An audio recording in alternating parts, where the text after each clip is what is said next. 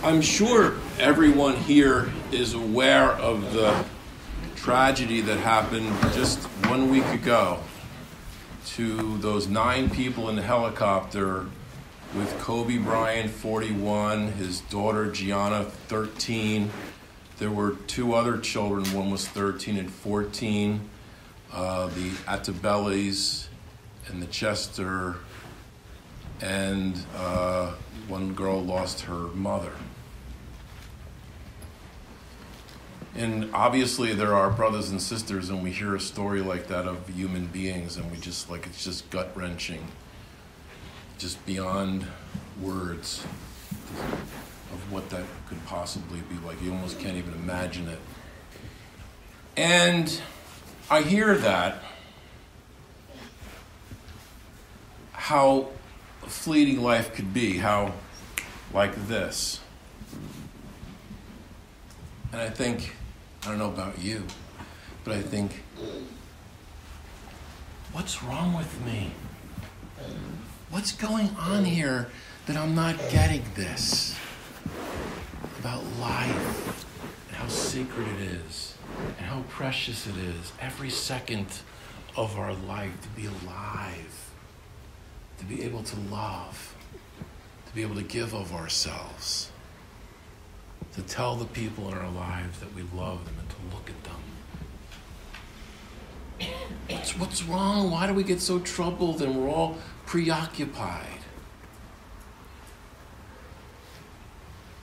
So during the week, I started thinking back to that play, Our Town, by Thornton Wilder. Remember that play? And it's great. Today you just put it on your phone and you can see the whole play, the movie, whatever. It's right there. And so I was revisiting that play. And as you know, the play is this Emily who dies at childbirth, giving birth to a child. She's 38. And so she's in heaven. She's somewhere, and the other people there who have left their bodies, and they're talking to one another. And Emily says, I want to go back. I want to go back, and I want to experience my 12th birthday all over again. Just want to go back and see what that was like. I go, oh, Emily, don't go. Don't go. No, I gotta go. Okay. So she goes back. Her dad was away for a few days and had come back. And Emily's upstairs getting ready. And the father says, hey, Emily, come on down. I got your birthday present for you. Don't be bothering her right now. She's slow as molasses. If you keep talking to her, she's going to be late for school. Where's my blue ribbon? It's right on your dresser. If it were a snake, it would bite you. Come on down, Emily. So she comes down. The mother's cooking and making breakfast and getting ready for school. And then Emily goes, Mama, look at me. You're not even looking at me. You're so busy doing all this stuff. You're not even looking at me. And Daddy, you're so busy reading the newspaper. And we're not present.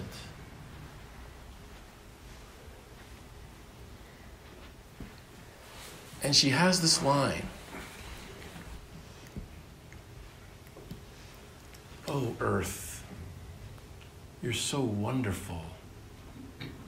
Why is it that nobody can appreciate how wonderful you are, Earth? And then maybe the most famous line. Why is it that human beings can't recognize life while they're living it?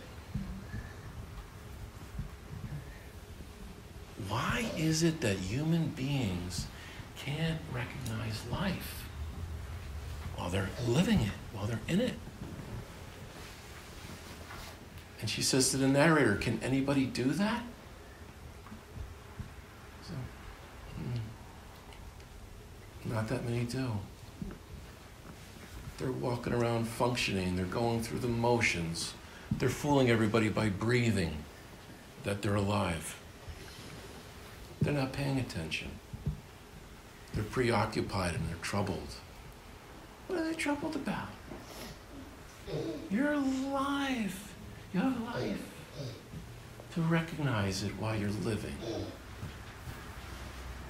And so finally she's like, I can't take it anymore. I'm going to go. And she says, goodbye, coffee.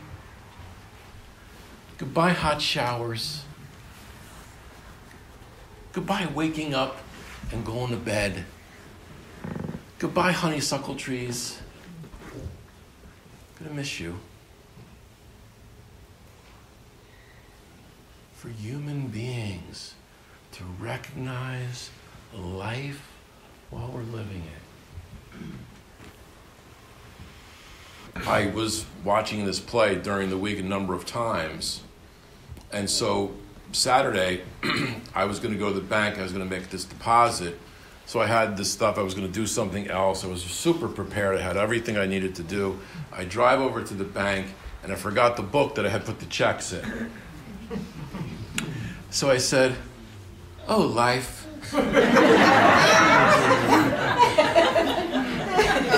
Let me drive all the way back home and lose another half hour behind schedule. I'm alive. I'm driving back, getting my checks. So then I go to the storage unit. I put some things in there, and I pull up to the back of, back the car in by the garage, and I have the car that beep, beep, beep, beep, beep. I drove at the back of the car, just a tap, but enough to really ruin the garage door. So if you try to get it up, it goes up like halfway now. Oh, life. Emily, I need help. So now I'm just going to take the deposit of the checks that I put, and I'll use that to pay to fix my garage door. That goes for naught. But it is funny though, right? When you think about that, it's so easy for that to just go, oh my God, I can't believe I'm stupid. But you know what? So what? So what? What does that matter in terms of our life and being alive and appreciating every second?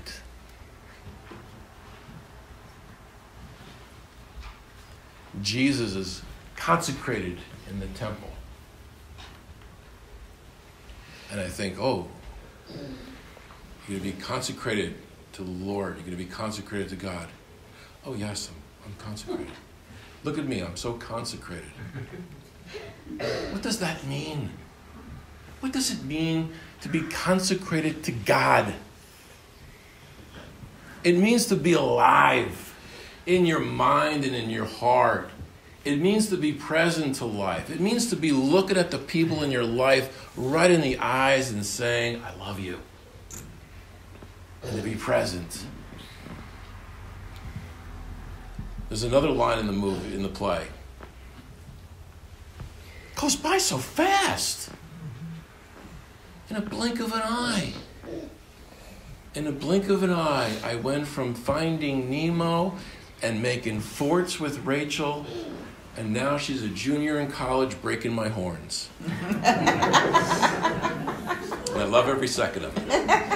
I thought, you know what I had to do? I had to get in my car and drive all the way down to Washington, D.C., and give her a hug and tell her I love her, and then turn around and go home. Just to let her know how much I love her and how important she is to me. I drive all the way down there just to hug her and turn around and go home. She would never forget that. Yeah. To be alive. So the narrator says, who's able to recognize life while they're living it? Because maybe the saints and the poets, but so few of us. We heard Don and Alberto beautifully give their gifts singing and playing the organ. God is love. God is love. And love is God. Do we hear that? You know, I love that line. I don't know what God is, but I know that God is. There is an intelligence to life. We don't understand it all. But one thing seems to be very evident, that this God, this essence, this being, is intimately aware of us and knows us. And it's the essence of love. And so if we're going to live a life of consecration like Jesus did, Jesus was alive in his mind and his heart to the lepers, the Samaritans, the men, the women, the Gentiles, the Jews. It didn't matter. Jesus was present to everybody. You kind of got a sense that if Jesus was talking to you, you felt like you were the only person in the world to him.